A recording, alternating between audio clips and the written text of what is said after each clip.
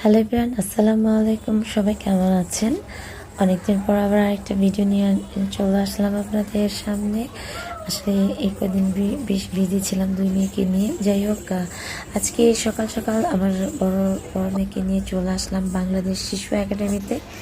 কারণ ওর আজকে একটা কম্পিটিশন রয়েছে, তাই রোজাকে নিয়ে সকাল সকাল চলে আসলাম।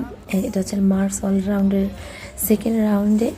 আর এখানে আসার পর দেখি বিশাল বড় একটা স্টেজ ছিল, সেই সাথে প্রচুর মানুষ আর প্রচুর ভিড় ছিল।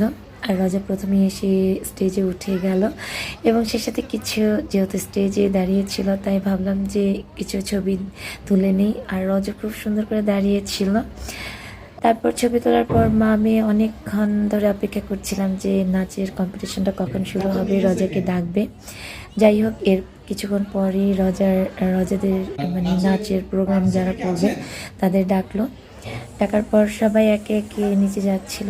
আর প্রত্যেকটা বেবি এত সুন্দর করে সেজে এসেছিল যে আসলে কার চেয়ে কাকে সুন্দর লাগে। আর আমার আসলে একদম বলা যাচ্ছিল না।